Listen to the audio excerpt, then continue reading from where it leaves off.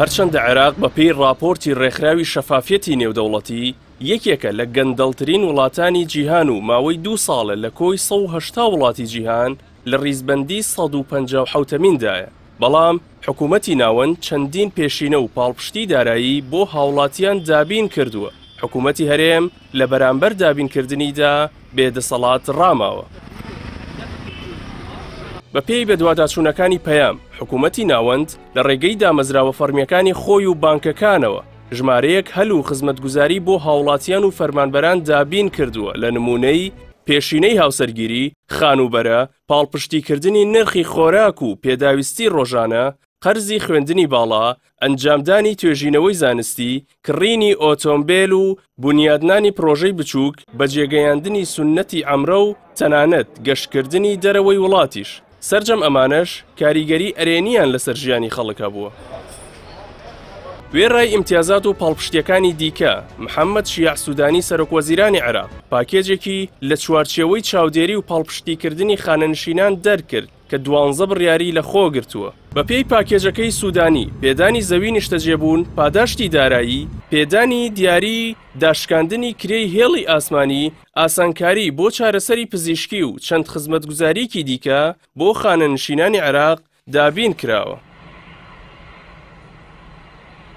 هاوکات وتەبێژی وەزارەتی پەروەردەی عێراق ڕایگەیاندووە بە هەماهەنگی لەگەڵ یونسێف پرۆژەی دابشکردنی سەبەتەی خۆراک بەسەر قوتابیانی قۆناغی سەرەتاییدا دەست پێکردووە. لە قۆناغی یەکەمیشدا نزیکەی 9 ملیۆن قوتابی لە کۆی 1248 قوتابخانە لێی سوودمەند بوون. لە هیچ کام لە سەردانە فەرمی و نافەرمیەکانی وەفدە حیزبی حکومیەکانی هەرێم بۆ بەغداد باس لە دابینکردنی ئەم پاڵپشتی و یارمەتی حکومیانە نەکراوە کە هاوڵاتیانی هەرێمیش بگرێتەوە، بەڵکو وەک هەمیشە تەوەری سەرەکی سەردانەکان دابشکاری پلە و پۆستەکان و ڕێککەوتن بووە لەسەر پرسی نەوت و غاز. ئەمەش خەڵکی کوردستانی لەو ئیمتیازاتانە بێبەش کردووە.